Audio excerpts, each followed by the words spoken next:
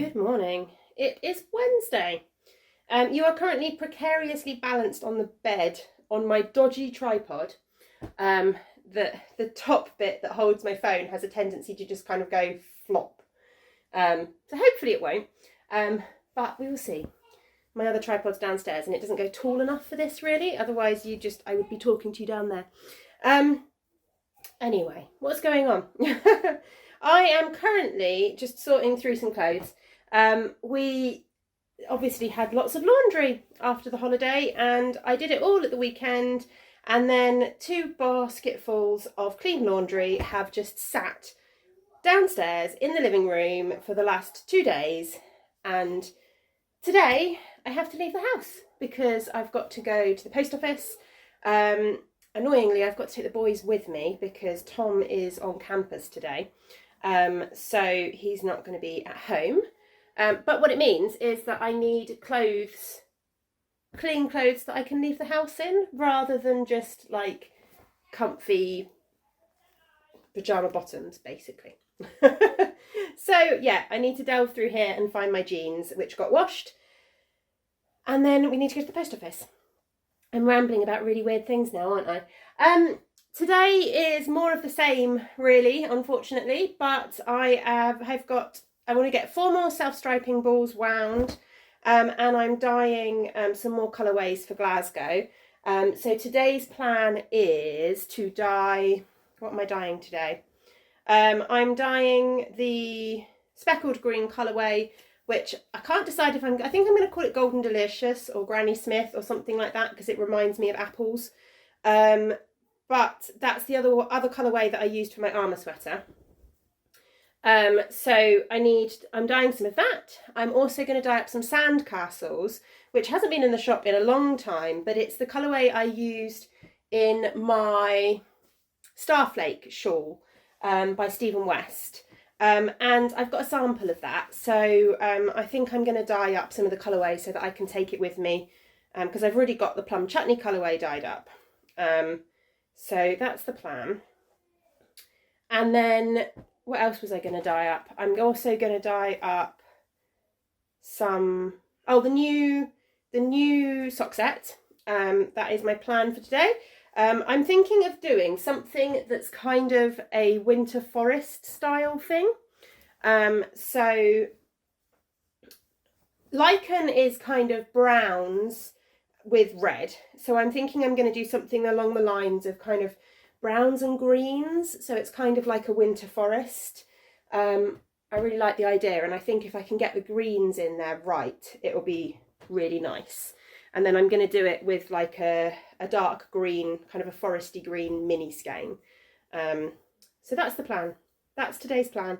And then if I get time around all of that, I also need to start bagging up the Advent minis, because I finished labelling all the Advent minis yesterday, which was brilliant because that was a mammoth job.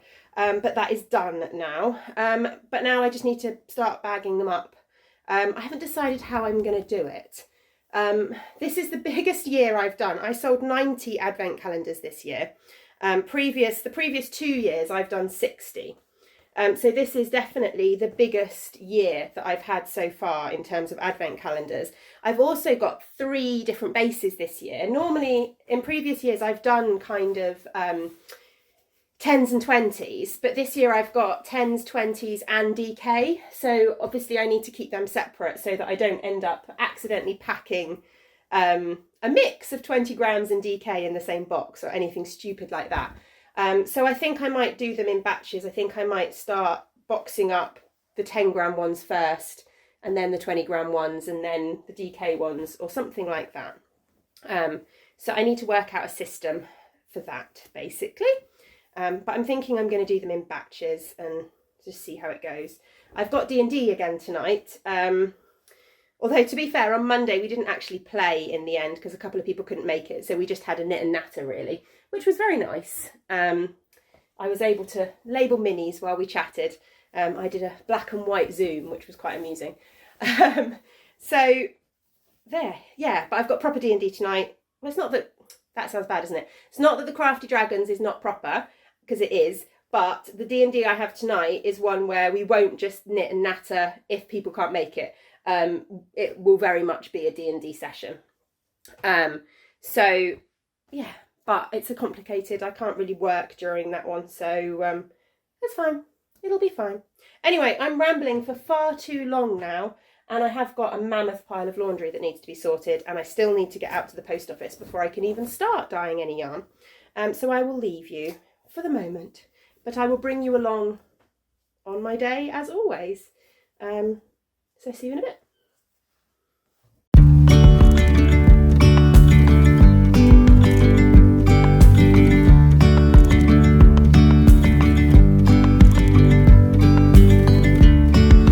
Yesterday there was sun and there was rain, beauty in the mundane. And as the light startled our eyes, we let go of disguise. And now there's something in the air and a sparkly shimmer on our skin, restoring everything within. Oh, dreamy, breezy we go, easy, easy on our tiptoes, undercover agents of the other, beyond gravel, beyond all.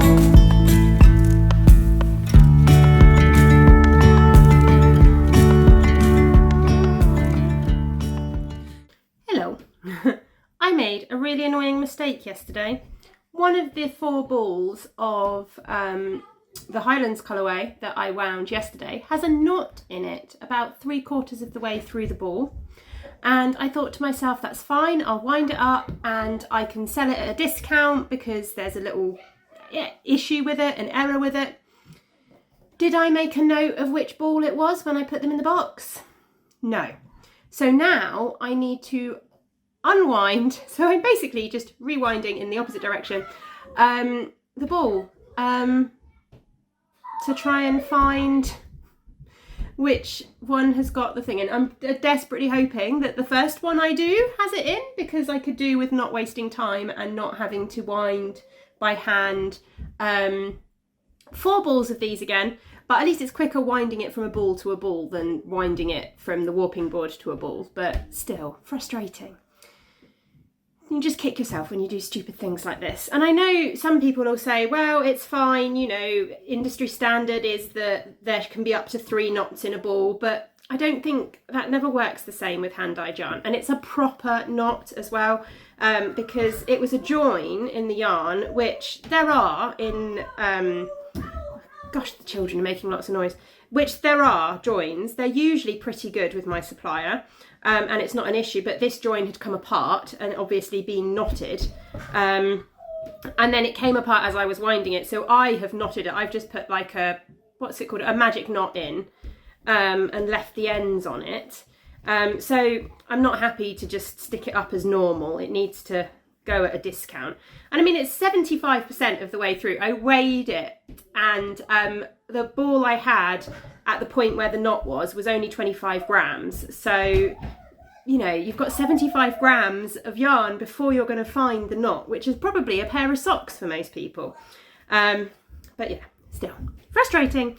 I am going to sit here and hope desperately that it's this ball and not the 4th ball I rewind. But we will see.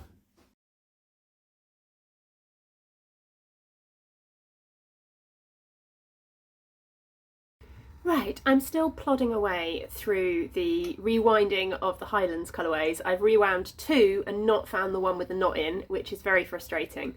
But I figure that I rewind the 3rd and that's as far as I need to go, because if the knot's not in the 3rd one that I rewind, then I know that it's in the 4th one and the final one, so I don't need to rewind that one. So yeah, this one will tell me either way, and then I will mark the one with a knot in, and then I can have that one go with a discount. Anyway, I'm about to start dyeing the new sock sets. So I thought I would share my plan with you. I said earlier or yesterday, I can't remember, that the plan is to do something that's kind of winter woodlandy. So I'm looking for kind of greens and browns in a similar style to the lichen colourway. And then I'm going to do like a deep green mini for the contrast. So I will flip you around in a second so that you can see one of the pans. And we'll go for it.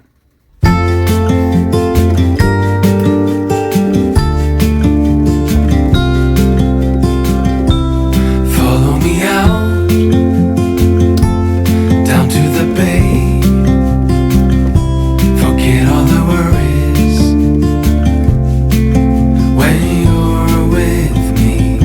Let every wave gently kiss away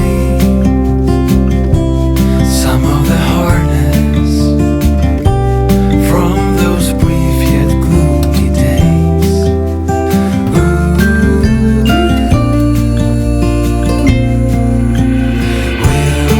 Wilderness, we give you our mess. We're so blessed to have you anchor our hearts and give us a fresh start. Wilderness, we've come for you. We'll misbehave, stay up till late, share all our secrets as we let go. No more illusions, no more standing still. Our love fusion will never cease to thrill.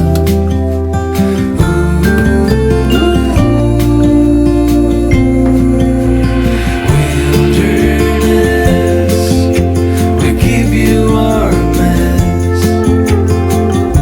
We're so blessed to have you anchor our hearts and give us a fresh start. Wilderness, we've come for you. Like feathers in the wind, we dance along. No urge of acting strong.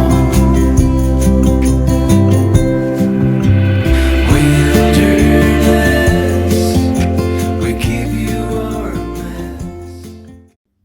I am taking a quick break.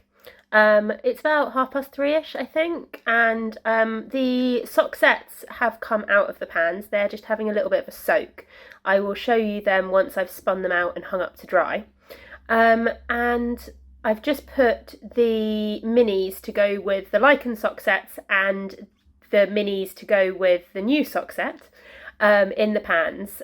So I just need to wait for those. They'll need some more dye in a little bit. I'll do a few layers just to build up the richness of the colour. But I'm going to take a little break because I'm tired. My sinuses hurt. And rewinding 3 of those self-striping today has really frustrated me. So I've still got 6 self-striping that need to be wound before Glasgow. And my plan was to do another 4 tomorrow, but obviously now I'm going to have 6. But then tomorrow I'm not doing any dyeing because today is the final dyeing. I'm sorry about this weird autofocus thing on my phone. I want to look into getting a designated camera for vlogging, and actually rather than using my phone all the time. And my phone is pretty good, don't get me wrong. It's a decent phone for recording. It's a decent phone for videoing on.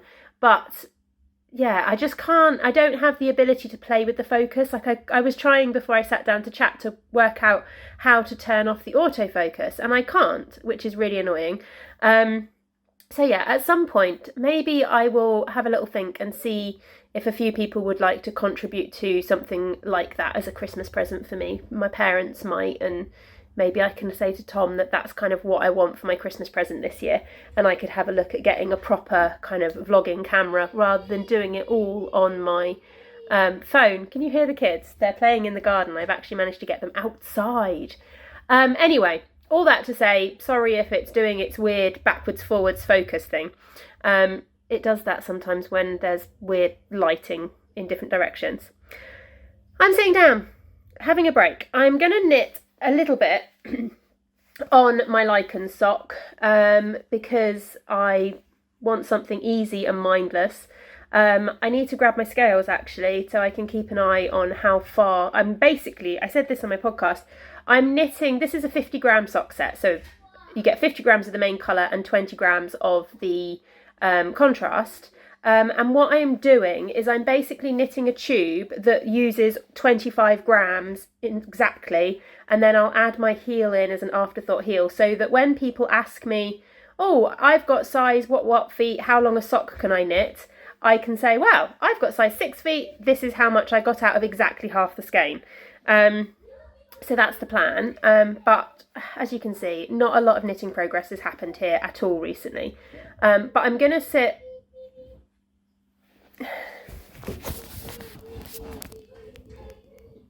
Can you see them?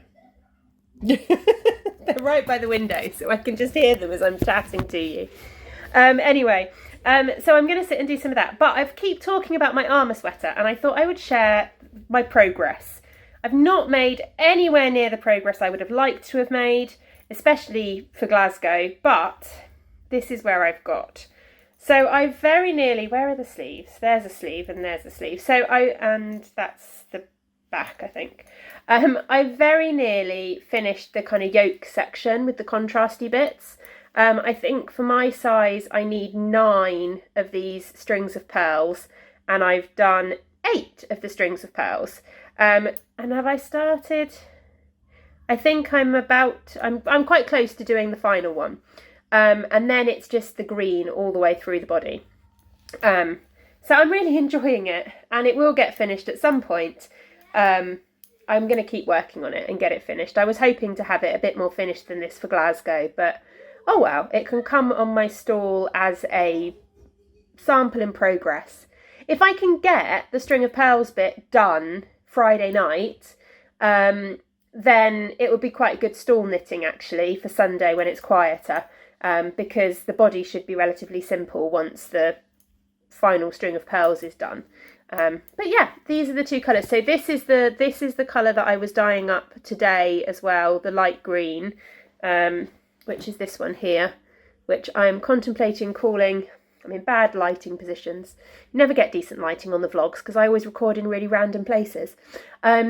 This one is, I can't decide whether to call it Granny Smith or Golden Delicious, but it is just a fun speckled, it's got a very pale green base. It doesn't come across very well on the camera.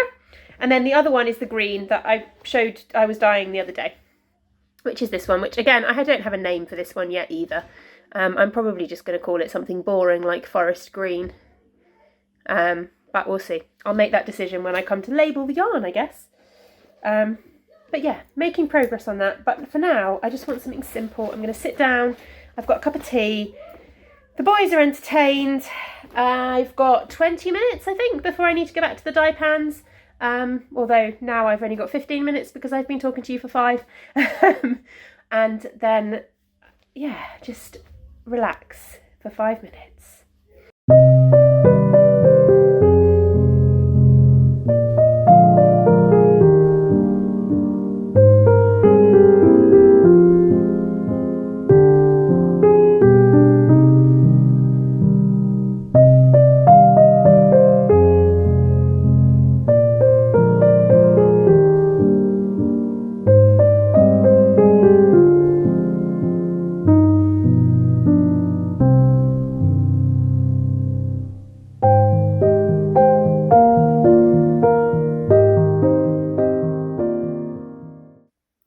I'm just waiting for dinner to cook.